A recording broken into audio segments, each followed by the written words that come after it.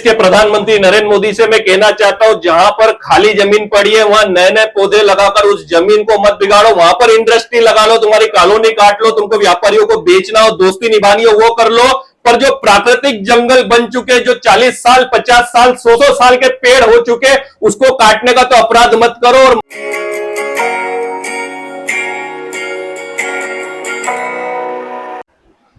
इस देश के प्रधानमंत्री ने जब एक मैसेज दिया कि एक पौधा मां के नाम, और पूरा देश एक साथ हो गया, सत्ता क्या, विपक्ष क्या, बुजुर्ग क्या, बच्चे क्या, स्टूडेंट क्या, सबने नरेंद्र मोदी जी की इमोशनल बातों में भावनात्मक होकर पौधे घर से निकाले और पौधे घरों पे लगा दिए गए।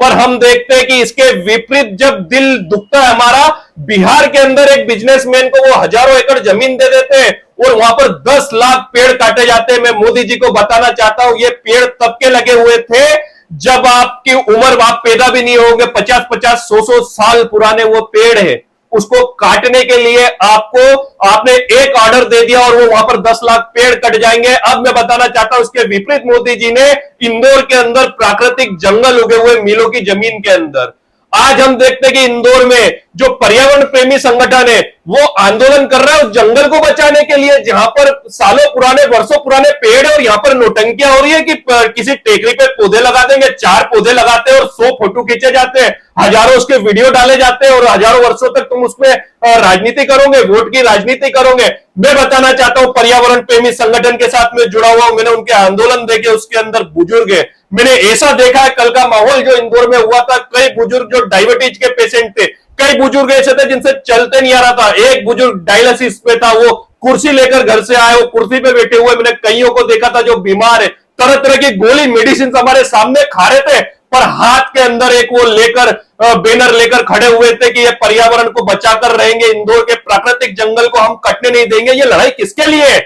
ये क्या लड़ाई सत्ता के लिए या लड़ाई विपक्ष के लिए? ये लड़ाई आम जनता के लिए, क्योंकि हमने देखा था कोरोना के अंदर कि वो ऑक्सीजन के सिलेंडर नहीं मिल पा रहे थे खरीदने की, किसी की औकात नहीं है गरीबों की, वो बिना ऑक्सीजन के मरते हुए हम लोगों ने देखा हॉस्पिटल के बाहर कि ऑक्सीजन की कितनी किल्लत थी।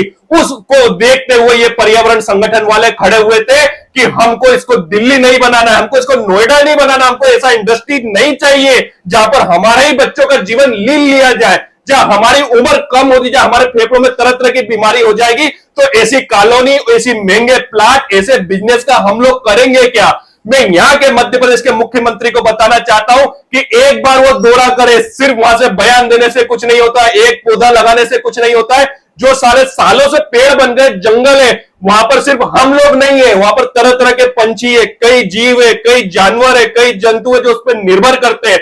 इंदौर की जो आबोहवा बचा के रखी है, इन मिलों की जमीनों ने बचा के रखी है। आज वक्त आ गया, उनने तो हमें हजारों सालों से ऑक्सीजन दे रहे। मेरे पिताजी, पिताजी के पिताजी, उनके पिताजी को भी इंदौर ने पाला और इन्हीं पेड़ ने, ये जो पेड़ लगे ना वहां पर जंगलों में, इन्हीं पेड़ ने ऑक्सीजन देके उनको पाला है। आज मेरी जिम्मेदारी है, जब उनके ऊपर आघात होने वाला है, जब उस पेड़ को कोई आने वाला है, और वो पेड़ जिसने मेरे पूर्वजों को पाला, जिसने मेरे पूर्वजों को जीवन दान दिया, जो आने वाली मेरी पीढ़ियों को जीवन दान देगा, अगर उस पर कोई कुल्हाड़ी चलेगी तो हम लोग वहां खड़े रहेंगे। उस कुल्हाड़ी का वार सबसे पहले हमारे ऊपर होगा। जब तक हम लोग है, हमारा संगठन है, ना एक पेड़ कटने देंगे, ना ये प्राकृतिक जो जंगल है इसको उजाड़ होने देंगे, ना इंदौर को हम रेगिस्तान में बदलने देंगे। ठीक है, आज मैं बताना चाह रहा हूं कि जो हम लोग संगठन है, पर्यावरण प्रेमी संगठन है, हम लोग संकल्पित है हर एक उस पेड़ के लिए। हम लोग गुमराह होने से बचाएंगे कि पौधे के नाम पे नेता गुमराह कर रहे, एक एक पौधा लगा रहे, उसके नाम पे गुमराह नहीं होना। पौधे को पेड़ बनने में 30-20 साल, 25 साल, 10 साल लगते हैं। उस पेड़ की कीमत पौधे की कीमत से तुलना नहीं की जा सकती है। तो ये जो सरकारी योजना चल रही है कि एक पौधा लगाएंगे और पेड़ काटेंगे, ऐसा हम होने नहीं देंगे। देश की जनता को मूर्ख नहीं बनने देंगे। और इंदौर को तो मैं संकल्पित होकर आप सबके सामने शपथ लेता हूं कि वो गैस का चेंबर नहीं बनने दूंगा, जहां पर आने वाली पीढ़ी को पेड़ों की फोटो भी हम गूगल पे दिखाएंगे, जंगल हम गूगल पे दिखाएंगे, जानवर हम गूगल पे दिखाएंगे कि मोर हुआ करता था, खरगोश हुआ करते थे, ये पंछी हुआ करता था। कई पंछी की प्रजातियां लुप्त हो गई, विलुप्त हो गई है। यहाँ के मुख्यमंत्री, प्रधानमंत्री को बताना चाहता हूं, जिस जगह को आपने इंडस्ट्रियल वाली यूज में ले लिया है, वहां पर प्लाट खाली पड़े, उसका डेवलपमेंट हमारे टैक्स के पैसों से करवा चुके। बोलो पीतमपुर की बात करूं, मैं देवास की बात करूं, वहां पर इंडस्ट्रियां लगाओ ना, और जहां रहवासी क्षेत्र वहां पर कॉलोनियां काटो ना। आप अवैध कॉलोनियां चारों तरफ जहां ग्रीनरी है, जहां पर पेड़ है, जो हमको ऑक्सीजन दे रहे, सारी चीजें दे रहे, जिसपे हम लोग डिपेंड है, तुम लोगों को उसी को काट के डेवलपमेंट क्यों करना है?